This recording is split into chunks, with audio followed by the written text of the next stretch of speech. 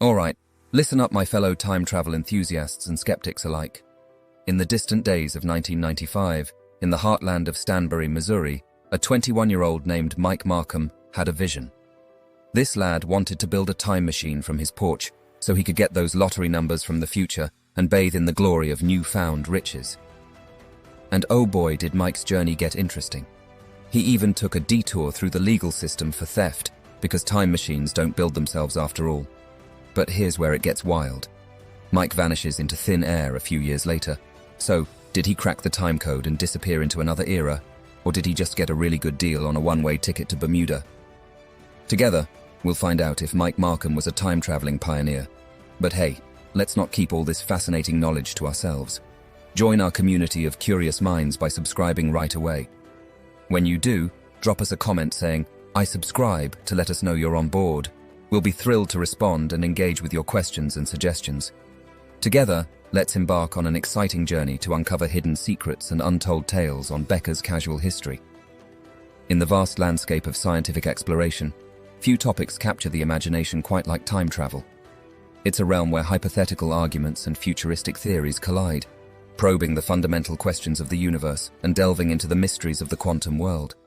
While mainstream physicists and academia dismiss time travel as impossible, a select few remain undeterred, dedicating themselves to the pursuit of the extraordinary. Enter Madman Mike Marcum. Back in 1995, Michael Marcum found himself briefly navigating the challenges of unemployment after a short stint studying electrical engineering. Undeterred by setbacks, Marcum believed that securing funding for his private endeavors could lead to a groundbreaking invention, a potential escape from his financial struggles. Little did he know that this brief venture would thrust him into the epicenter of one of the internet's most perplexing time travel mysteries. At 21, Marcum was grappling with desperation, and acquaintances noted a visible decline.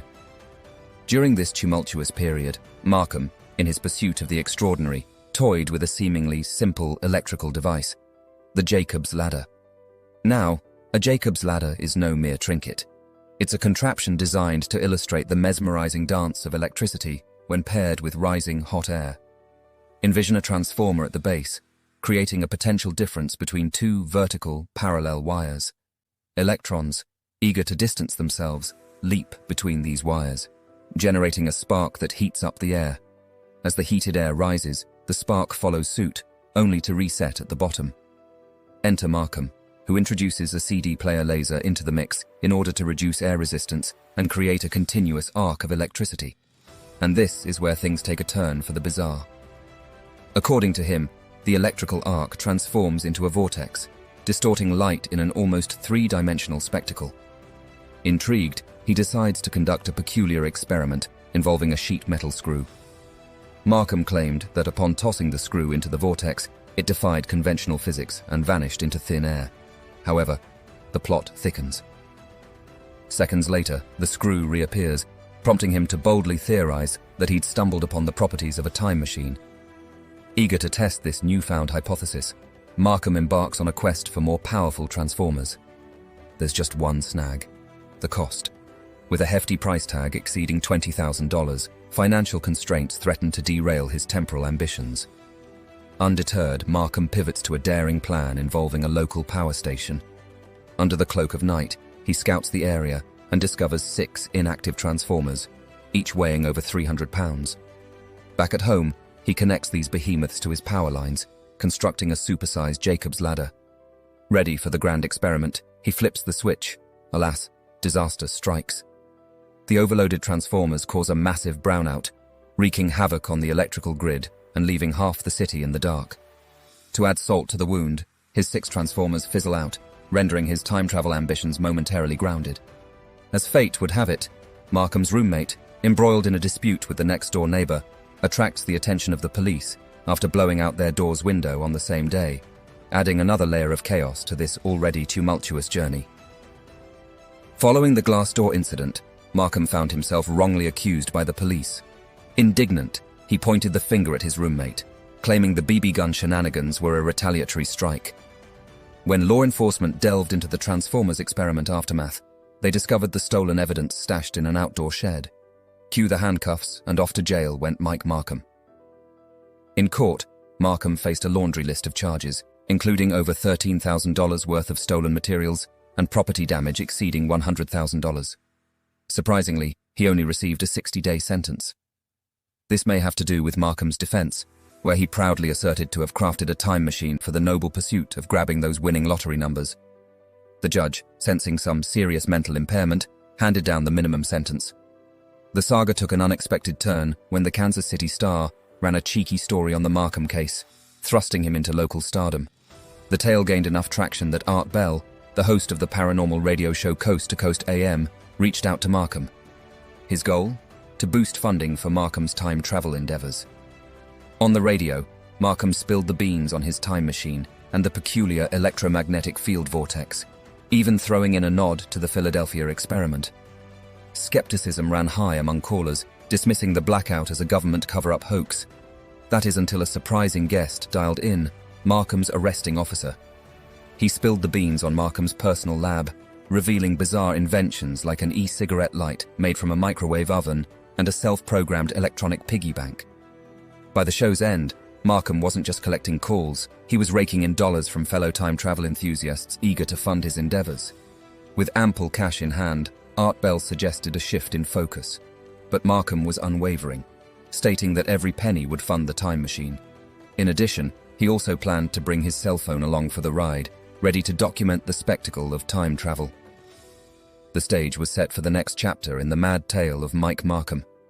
Several months later, he reached out to Art Bell, boasting about his upgraded time machine, designed with the help of believers. The key? A transformer made from copper lining and crystals, supposedly tapping into infinite zero-point vacuum energy for free power. Mike claimed his design could harness over 3 gigawatts of power, equivalent to lighting up almost 1 million homes. Concerned about Mike's apparent delusions, Art Bell tried to dissuade him from jumping into the electric charge of the Jacob's ladder, warning of potential harm. In a bizarre twist, he dismissed the safety concerns, comparing the ladder to the beanstalk from Jack and the Beanstalk.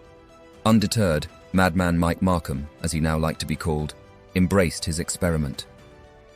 Before the show ended, Mike boldly shared his home address, inviting listeners to witness the experiment's aftermath. Soon after, groups of people, seemingly trolling Mike for his time travel obsession, started showing up at his house. In one peculiar incident, during a party with fellow time travel enthusiasts, Mike stepped away briefly, only to return to find his couch mysteriously gone.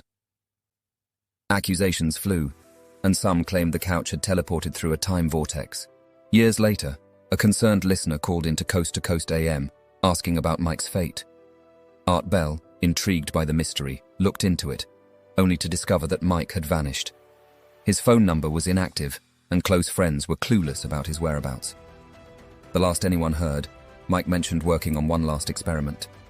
As the search for Mike unfolded on the radio show, a caller added an eerie twist.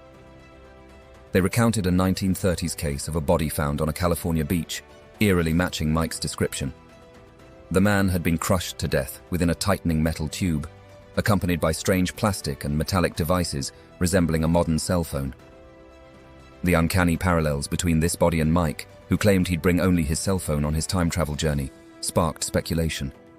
Could the 1930s body be Mike Marcum from the distant future? The internet buzzed with fascination. However, the reality surrounding Mike Marcum's disappearance, though not as thrilling as time travel theories, is anything but mundane. Interestingly, Mike Marcum had been an active participant on the paranormal forum, frequently sharing his time travel theories and updates on new machine designs. However, financial troubles prompted him to make a significant move, seeking solace and a fresh start in Hawaii. Upon his arrival in Hawaii, the accumulated challenges of the past years caught up with him, resulting in a complete depletion of his funds and a worsening financial situation. Today, Marcum finds himself homeless, residing on the beaches of Hawaii. Despite his current struggles, he remains determined to gather enough resources to one day return to the mainland of the United States and resume his research into time travel. As we wrap up this intriguing journey into the world of Madman Mike Marcum, it's vital to acknowledge that the details of his Hawaii chapter may not be entirely accurate. The full picture remains elusive, leaving us with unanswered questions. So did the stolen Transformers and Jacob's Ladder truly catalyze a time-traveling endeavor, or was it a journey into the complexities of a troubled mind. And where is he now? If you've enjoyed this journey into the unknown, don't forget to like this video and subscribe to Becca's Casual History. Your support means the world to us. Join us as we continue uncovering the strange and fascinating tales of our world. And of course, leave a comment below. We'd love to hear your thoughts. Thank you for watching.